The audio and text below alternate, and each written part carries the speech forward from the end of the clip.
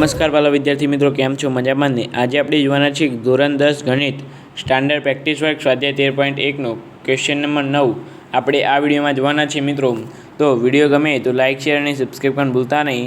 અને ચાલો મિત્રો, આપણે વિડીયોને શાંતિપૂર્વક નિહાળીએ અને જરૂરથી તમારા મિત્રોને શેર કરજો. તમારે જે પણ કમેન્ટ કરવી હોય, આર્ગ્યુમેન્ટ કરવી હોય તે તમે મને નીચે કરી શકો છો કમેન્ટ બોક્સમાં, બરાબર? તો ચાલો આપણે વિડીયોને શાંતિપૂર્વક નિહાળીએ. મિત્રો, હવે આપણે ક્વેશ્ચન નંબર 9 જોઈએ. તો અહીંયા આપણે રકમ આપેલી છે આ રીતે કે નીચે આપેલી આવૃત્તિ વિતરણનો મધ્યકની ગણતરી કરવાની છે, બરાબર મિત્રો? મધ્યકની ગણતરી આમાં આપણે કરીશું. અહીંયા આપણને વર્ગ આપેલા છે 0 થી 10, 10 થી 20, 20 થી 30, 30 થી 40, 40 થી 50, સતત વર્ગ 80 સુધી આપેલા છે, 0 થી 80, બરાબર? આમાં આવૃત્તિ આપેલી છે 2, 4, 10, 20, 18, 20, 16, 10, બરાબર? હવે એક્સઆઈ આપણે શોધવાનું. એક્સઆઈ એટલે આની મધ્ય કિંમતો 5, 15, 25, 35, 45, બરાબર છે ને મિત્રો? કમ્પ્લીટ ને 55, 65 ને 75, બરાબર? હવે મિત્રો, આમાં આપણે કઈ રીતે શોધીએ?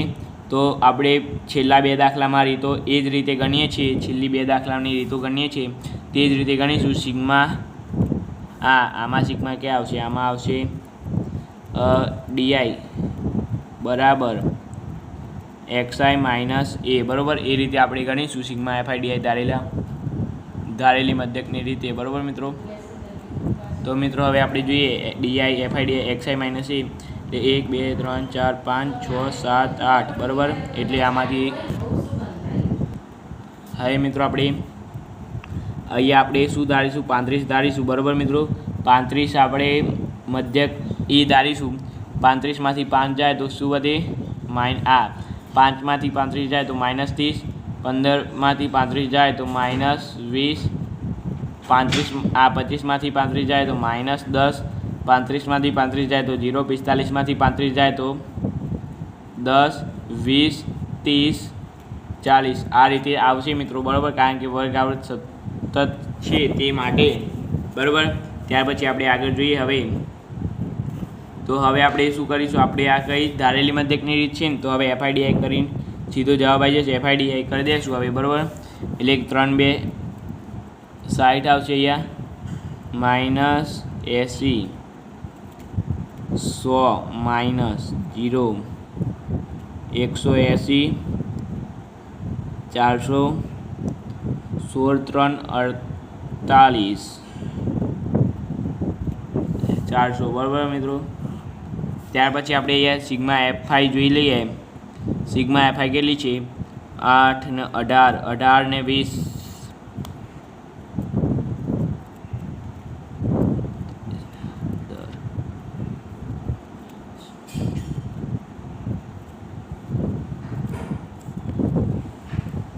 100 આવે છે. અને અહીંયા સિગ્મા એફઆઈડીઆઈ જોઈ લઈએ આપણે તો 0, 8, 8, 12, 1280માંથી એ 240, બરાબર? 240 બાદ કરીએ તો 0, 8માંથી 4 જાય 4, 0 ને 1, 1040 આવે છે, બરાબર? તો પણ આપણે અહીંયા જોઈ લઈએ 8, 1240, બરાબર? આગળ જોઈએ આપણે. હવે મિત્રો, અહીંયા આપણી એક ભૂલ થઈ છે. આ આપણે 180 ને ગણ્યા નથી, તો આમાં 180 ઉમેરીએ તો કેટલા આવે? 1408. એક જ મિનિટ મિત્રો, હું ગણી નાખું છું, તો પણ ફરી કેલ્ક્યુલેટરમાં ગણવું પડશે, બરાબર? 180 વત્તા 800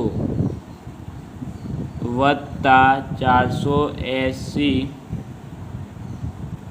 16, 3, 48, 480, 1447 આવશે, બરાબર? આ 1460 એટલે કે 1460માંથી 240 માઇનસ થાય તો 1220 આવશે, બરાબર?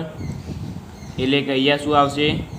1460માંથી 240 માઇનસ થાય તો 1220 આવે છે.